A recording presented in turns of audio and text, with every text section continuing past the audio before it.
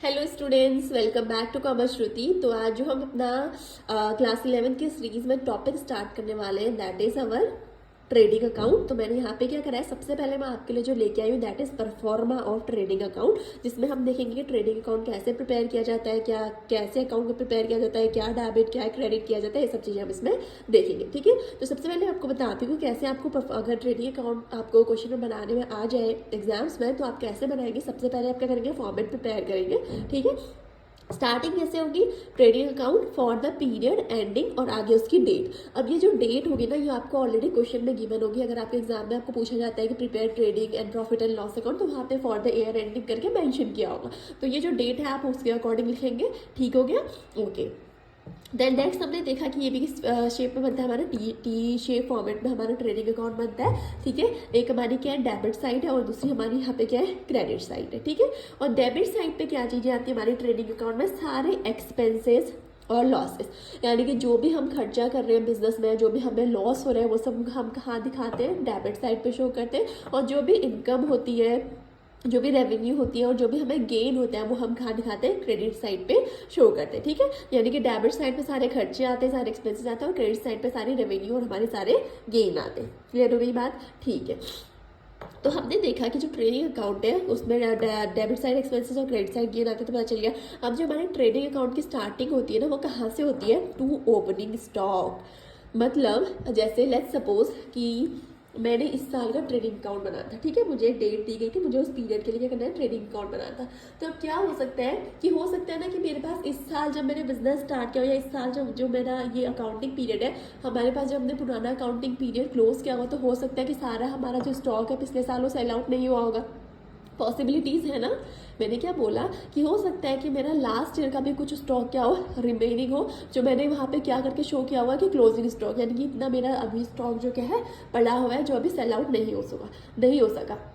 तो इस ईयर के लिए वो क्लोजिंग स्टॉक क्या बन जाता है, हमारा ओपनिंग स्टॉक, या फिर हम इसको क्या कहते हैं, स्टॉक इन द बिगिनिंग। समझ में आई चीज़? ठीक है, अब जो ये हमारा ओपनिंग स्टॉक होता है ना, ये जो ओपनिंग स्टॉक होता है ये सिर्फ किस सिनेरियो में हो सकता है, जब हमारा क्या है, ओल्ड बिजनेस है। अगर हमारा कोई नया बिजनेस है ना, तो कभी भी नए बिजनेस के केस में कोई ओपनिंग स्टॉक नहीं होगा, क्योंकि बिजनेस अभी भी स्टार्ट होता है, तो ये सवाल ही पैदा नहीं होता कि पिछले साल का कुछ बचा होगा। ठीक है, तो ओपनिंग स्टॉक हमेशा किस केस में होता है, जब हमारे पास क्या होता है, जब हमने नया बिजनेस स्टार्ट किया, सॉरी, जब हमारा ऑलरेडी क्या होता है, पुराना बिजनेस सेटअप होता है, तो उस केस में हमारा क्या होता है, ओपनिंग स्टॉक होता है। नए बिजनेस के केस में हमारा ओपनिंग स्टॉक नहीं होता है। क्लियर हो गई बात? या ओपनिंग स्टॉक करके दिखाया गया है, स्टॉक इन द बिगनिंग में क्वेश्चन में मेंशन हो सकता है। ठीक है, आगे बढ़ते हैं। टू परचेजेस, नेक्स्ट मैंने क्या लिखा है, टू परचेजेस, यानी कि देखो मैंने क्या कहा, डेबिट साइड पे सारे खर्चे आएंगे। तो क्या कोई चीज़ मैं परचेज कर रही हूँ तो मेरे लिए खर्चा है कि नहीं है। नॉर्मल केस सिनेरियो में भी अगर आप कोई चीज़ परचेज करते हो तो उसके लिए कुछ ना कुछ पे करते हो ना, अल्टीमेटली आपका क्या है, खर्चा है। जैसे सपोज आपने अपने घर के लिए फर्नीचर परचेज किया, तो फर्नीचर परचेज करना एक तरह से हम कहते हैं ना, अरे यार खर्चा हो गया। सिमिलरली तो बिजनेस में भी हम कोई चीज़ परचेज करते हैं ना, तो बिजनेस के लिए वो क्या है, खर्चा है, क्योंकि उसके बदले हमें क्या करना पड़ रहा है, पैसा देना पड़ रहा है। हमारे पास से बिजनेस में से क्या हो रहा है, एक अमाउंट बाहर जा रही है। ठीक हो गया, ओके। तो लेकिन मैंने एक चीज़ लिखी यहाँ पे, परचेज में लेस किया है परचेज रिटर्न। तो इसको समझने से पहले एक चीज़ आपको बता दूं कि जो मैंने कहा ना कि purchase is an expense and it will be debited in trading account. ठीक है, डेबिट किया जाएगा। तो ये परचेज ना दोनों परचेजेस को इंक्लूड करते हैं। दोनों परचेज मतलब चाहे हमने सामान कैश में परचेज किया हो, चाहे हमने सामान क्रेडिट में परचेज किया हो, दोनों परचेज क्या होते हैं, यहाँ पे इंक्लूड होते हैं। मतलब हमें अल्टीमेटली ये देखना होता है कि हमने कि बिजनेस में क्या क्या चीज़ें परचेज की गई है, हमारे पास क्या क्या सामान आया है। डजेंट मैटर कि उसका बदले हमने कैश दिया है या अभी तक वो हमारे क्रेडिटर्स हैं, हमें उनका पेमेंट फ्यूचर में करना है, ये मैटर यहाँ पे नहीं करता। हमें सिर्फ क्या देखना होता है कि एक्चुअल में हमने परचेज कितना किया हुआ है। ठीक है, अब जो मैंने नेक्स्ट सिनेरियो बताया कि हमने क्या किया, इसमें से लेस किया हुआ है परचेज रिटर्न। क्या होता है ना, हम जो परचेज की अमाउंट है ना इनर कॉलम पे लिखते हैं। क्यों? क्योंकि हमें जो आउटर कॉलम पे शो करना होता है वो करना होता है नेट परचेज। अब नेट परचेज कैसे निकलता है, जब हम अपने परचेज में से परचेज रिटर्न को माइनस करते हैं। परचेज रिटर्न क्या होता है, यानी कि लेट्स सपोज मैंने कोई सामान परचेज किया था, उसमें से कोई डिफेक्टिव पीस निकल के आ गया, या हो सकता है मैंने जो मंगाया था सामान मेरे ऑर्डर के अकॉर्डिंग डिलीवर नहीं हुआ, या हो सकता है एक्सेसिव आइटम में क्या हुआ, एक्सेसिव क्वांटिटी में ऑर्डर की डिलीवरी हो गई है, तो उस केस में मैं क्या करूँगी, जो एक्सेसिव सामान है या फिर जो डिफेक्टिव पीस है मैं उसको क्या करूँगी, वापस कर दूंगी। जो भी मेरा डिस्ट्रीब्यूटर है जिसने मैंने बाय किया था मैं उसको क्या करूँगी, वापस करूँगी। यानी कि जितना सामान, लेट्स सपोज मेरे पास किसी चीज़ की 100 क्वान्टिटी आई थी, उसमें से 50 डिफेक्टिव निकली, तो मैंने 50 वापस कर दी ना, तो एक्चुअल परचेस मैंने कितना किया, एक्चुअल मेरे पास कितनी क्वांटिटी बची, सिर्फ 50 क्वांटिटी बची है। तो इसीलिए हम क्या करते हैं, कभी भी ट्रेडिंग अकाउंट में हम आउटर कॉलम में नेट परचेस शो करते हैं, और वो कैसे निकलती है, जब भी हम अपने परचेजेस में से परचेज रिटर्न को वापस करते हैं। और ये चीज़ याद रखना बहुत इंपॉर्टेंट है, ये परचेज रिटर्न का दूसरा नाम क्या होता है, रिटर्न आउटवर्ड। ठीक है, रिटर्न आउटवर्ड को ही हम क्या बोलते हैं, परचेज रिटर्न, या फिर हम कह सकते हैं परचेज रिटर्न को क्या बोला जाता है, रिटर्न आउटवर्ड भी बोला जाता है। अब एक चीज़ जो यहाँ पे मेंशन करना भूले, वो मैंने यहाँ पे नीचे मेंशन की हुई है, आप लोग यहाँ पे भी लेस कर सकते हो।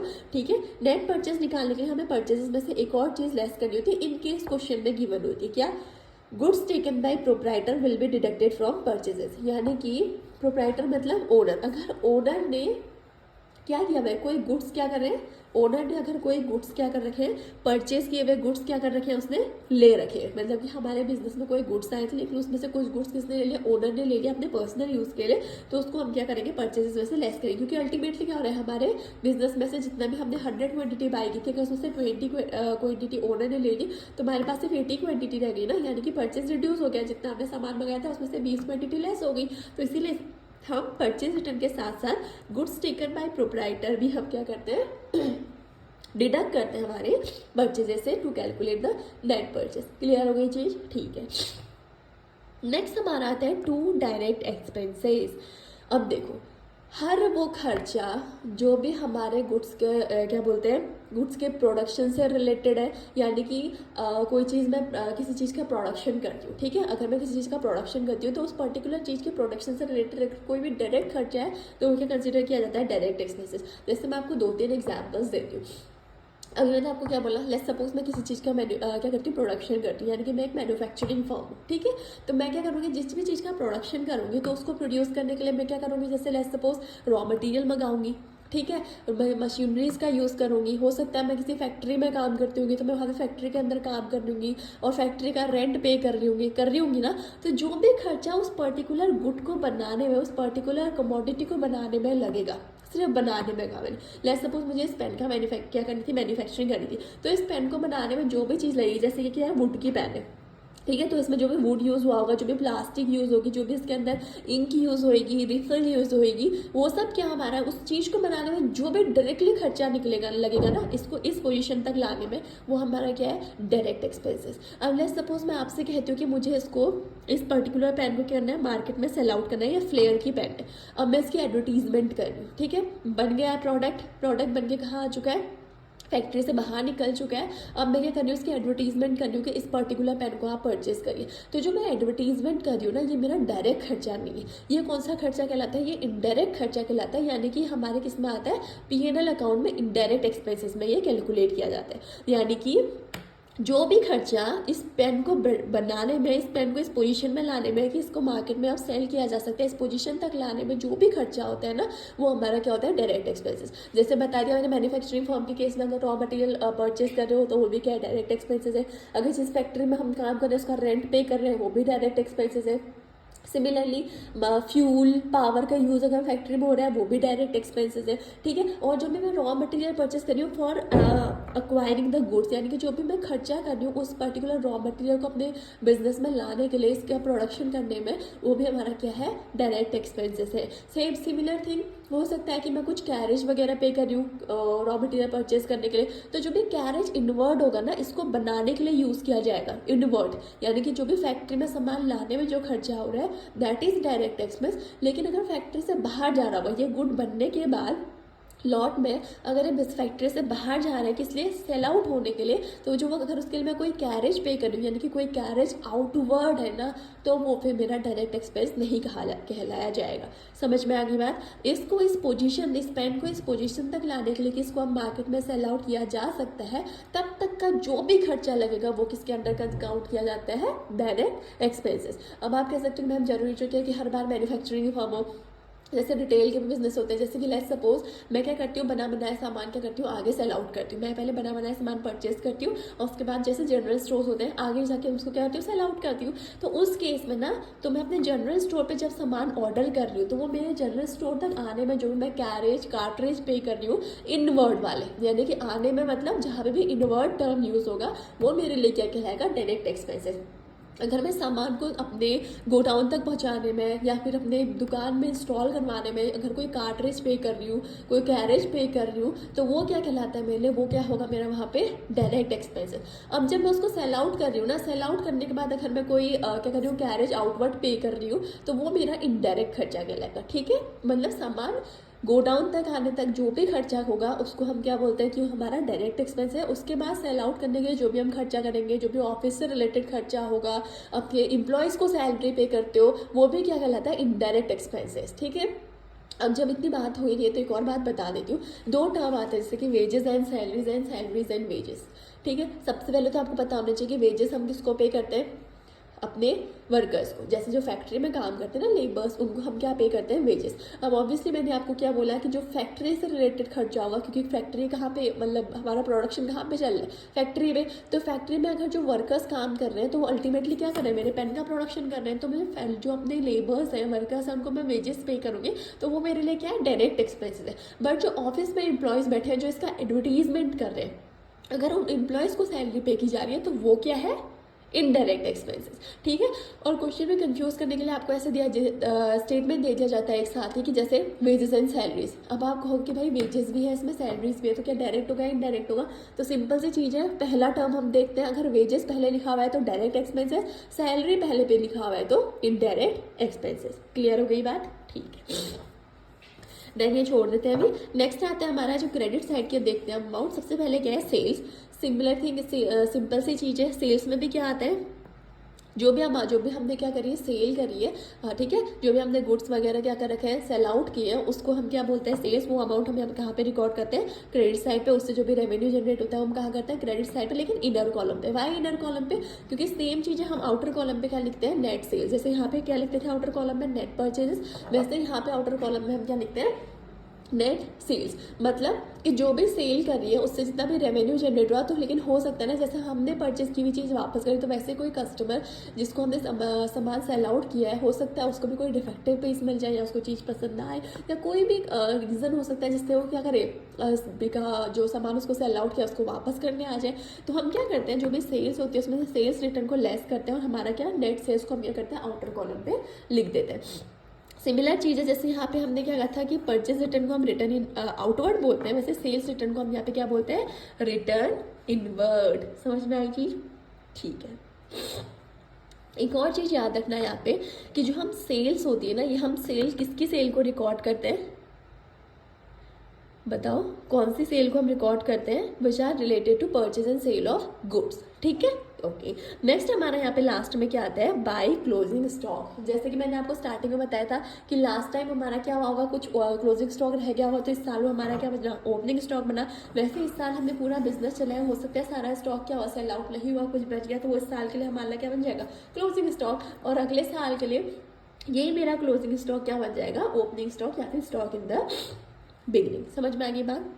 देखो, अब हमने सब चीज़ देख ली। अच्छा, मुझे ये पता है कि ट्रेडिंग अकाउंट में डेबिट साइड में सारे खर्चे आते हैं और क्रेडिट साइड में सारे रेवेन्यू और गेन आते हैं, पर फिर भी हमें ट्रेडिंग अकाउंट बनाते क्यों है, क्यों, मतलब क्या करना है, खर्चों को लेकर क्या करना है हमें, इनकम्स को लेकर, या फिर देखना कि हमारे पास कितना पैसा आया, कितना पैसा हमारे पास गया। अल्टीमेटली हमारा बिजनेस का प्रॉफिट मोटिव क्या होता है भाई, to figure out the profit और लॉसेस ऑफ अ कंपनी। ठीक है, जैसे कि हमने कहा था कि हम क्या करते हैं, इस ट्रेडिंग अकाउंट से सारे एक्सपेंसेस और गेन को देखेंगे, तो अल्टीमेटली हमें पता चलेगा कि हमारी गेन कितनी हुई, हमारे खर्चे कितने हुए। तो ये हमें फिगर आउट करने में हेल्प करता है कि बिजनेस में प्रॉफिट हुआ या बिजनेस में लॉस हुआ। अगर प्रॉफिट होता है ना, जो ट्रेडिंग अकाउंट फ्रेम आउट करने के बाद जो हमारा प्रॉफिट निकलता है ना, उसको हम यहाँ पे क्या नाम देते हैं, ग्रॉस प्रॉफिट। यानी कि ये चीज़ ध्यान रखना है कि ट्रेडिंग अकाउंट किस लिए यूज़ किया जाता है, to figure out the gross profit और ग्रॉस लॉस, कि मतलब बिजनेस में हमारा ग्रॉस प्रॉफिट हुआ या ग्रॉस लॉस हुआ। ठीक है, क्या बोल रहा है, if credit side exceeds debit side, तो ग्रॉस प्रॉफिट कम होगा। ऑब्वियस सी बात है, जब हमारी क्रेडिट साइड ज़्यादा होगी, हमारी इनकम ज़्यादा होगी, हमारे खर्चे कम होंगे, तो हमारे पास क्या आएगा, प्रॉफिट आएगा। जस्ट अपोजिट, अगर हमारे खर्चे ज़्यादा हो जाएंगे, इनकम कम आएगी, तो हमारे लिए क्या हो जाएगा, वो लॉस हो जाएगा। लेकिन चाहे हमारा ग्रॉस प्रॉफिट हो या चाहे हमारा ग्रॉस लॉस हो, ये दोनों कहाँ ट्रांसफर होते हैं, हमारे प्रॉफिट एंड लॉस अकाउंट में। ठीक है, मैंने क्या बोला, चाहे हमारा ग्रॉस प्रॉफिट हो चाहे हमारा ग्रॉस लॉस हो, ये कहाँ ट्रांसफर होते हैं, हमारे P&L अकाउंट में। ट्रेडिंग अकाउंट के बाद हमारा दूसरा कौन सा अकाउंट बनता है, प्रॉफिट एंड लॉस अकाउंट। तो जैसे ग्रॉस प्रॉफिट है तो ये कहाँ चला जाता है, प्रॉफिट एंड लॉस अकाउंट के क्रेडिट साइड पे, और अगर ग्रॉस लॉस होता है तो ये कहाँ चला जाता है, ट्रेडिंग अकाउंट के डेबिट साइड पे। क्लियर है चीज, ठीक है। क्रॉस में जाते हैं, यानी कि प्रॉफिट होता है तो क्रेडिट साइड पे जाता है, लॉस होता है तो डेबिट साइड पे आ जाता है, हमारे P&L अकाउंट पे। क्लियर हो गई ये बात, ठीक है। तो हमने क्या डिस्कस किया, हमने ट्रेडिंग अकाउंट पूरा अच्छे से डिस्कस कर लिया, हमने उसका फॉर्मेट देख लिया, हमने देख लिया कि क्या क्या डेबिट साइड सारे खर्चे आते हैं, क्रेडिट साइड पे सारी इनकम और गेन आती है, और ये भी देख लिया कि अगर हमारी क्रेडिट साइड ज़्यादा होती है तो प्रॉफिट होता है, लेकिन अगर डेबिट साइड ज़्यादा हो जाती है तो हमारे पास क्या होता है, लॉस होता है। और कैसा प्रॉफिट कैसा loss, gross profit and gross loss. यानी कि trading account ultimately figure out करने में हेल्प करता है किसी भी बिजनेस के, कि बिजनेस में ग्रॉस प्रॉफिट हो रहा है या बिजनेस में ग्रॉस लॉस हो रहा है। समझ में आ गई बात, ठीक है। तो ये था हमारा क्या, परफॉर्मा ऑफ ट्रेडिंग अकाउंट। आज हमने डिस्कस किया कि ट्रेडिंग अकाउंट का फॉर्मेट क्या होता है, कौन कौन सी चीज़ें कहाँ पे आती है। नेक्स्ट टाइम हम क्या करेंगे, एक प्रैक्टिकल प्रॉब्लम लेंगे, प्रैक्टिकल प्रॉब्लम लेंगे उसमें चीज़ें क्लियर होंगी। जैसे हमें ओपनिंग स्टॉक, परचेज और जो सेल्स और क्लोजिंग स्टॉक, इसमें तो ज़्यादा प्रॉब्लम नहीं होगी, लेकिन ये फाइंड आउट करने में कि whether it is an direct expense और नॉट, इसमें बच्चे हमेशा क्या होता है, अटकते हैं। मतलब उन्हें नहीं समझ आता, नहीं फिगर आउट कर पाते कि भाई ये डायरेक्ट एक्सपेंसेस है हमारे लिए या इनडायरेक्ट एक्सपेंस होगा। तो हम क्या करेंगे, ट्रेडिंग अकाउंट के 2 से 3 क्वेश्चंस करेंगे, उसमें बहुत प्रैक्टिस करेंगे कि डायरेक्ट एक्सपेंसेस के ट्रांजेक्शन ज़्यादा से ज़्यादा मैं वहाँ पे कवर करने की कोशिश करूँगी, जिससे क्या होगा कि आप लोगों को क्लैरिटी आ जाएगी कॉन्सेप्ट की, कौन से सिनेरियो में उस पर्टिकुलर एक्सपेंस को हम डायरेक्ट एक्सपेंस ट्रीट करते हैं और पर्टिकुलर एक्सपेंस को इनडायरेक्ट एक्सपेंसेस ट्रीट करते हैं। ठीक है, फॉर द टाइमिंग बस आप इतना समझ लो, जितने भी खर्चे which are you can say which are we are paying for buying goods, ठीक है, मतलब जो भी हम खर्चा कर रहे हैं किसी भी गुड्स या किसी भी कमोडिटी को बाय करने के लिए, वो क्या होता है, डायरेक्ट एक्सपेंसेस। समझ में आ गया, ठीक है। तो ये ध्यान में रखना है कि जो भी एक्सपेंसेस हैं, ठीक है, वो एक्सपेंसेस किससे रिलेटेड होने चाहिए, यानी कि जो भी मैं खर्चा कर रही हूँ, जो भी डायरेक्ट एक्सपेंस, वो हमेशा किससे रिलेटेड होना चाहिए, हमारे किसी चीज़ को खरीदने से रिलेटेड, यानी कि it should be related to acquiring of goods, it should not be related to sales of goods. यानी कि ऐसा नहीं होना चाहिए कि किसी गुड को हम सेल आउट कर रहे हैं और उसका खर्चा हम क्या बोल रहे हैं, डायरेक्ट खर्चा। नहीं, वो हमारे लिए कौन सा खर्चा होता है, इनडायरेक्ट खर्चा। डोंट वरी, जैसे जैसे हम एग्जाम्पल्स के साथ करेंगे वो आपको और क्लैरिटी आएगी, कि जैसे मैंने आपको एग्जाम्पल दिया था वेज और सैलरी का, वैसे हम बहुत सारे एग्जाम्पल्स के साथ समझेंगे ये डायरेक्ट एक्सपेंसेस क्या होते हैं और कैसे हम ग्रॉस प्रॉफिट निकालेंगे और कैसे हम ग्रॉस लॉस कैलकुलेट करेंगे। ठीक है, तो अगर आपको क्लास पसंद आई तो प्लीज़ क्लास को लाइक करना, ठीक है, और वीडियो को लाइक कर देना, चैनल को सब्सक्राइब भी करना और अपने फ्रेंड्स के साथ ज़्यादा से ज़्यादा शेयर करना, ताकि हम क्या करें, नेक्स्ट क्लास में सभी मिलके क्वेश्चंस को, प्रैक्टिकल्स को एक साथ स्टार्ट कर सकें। तो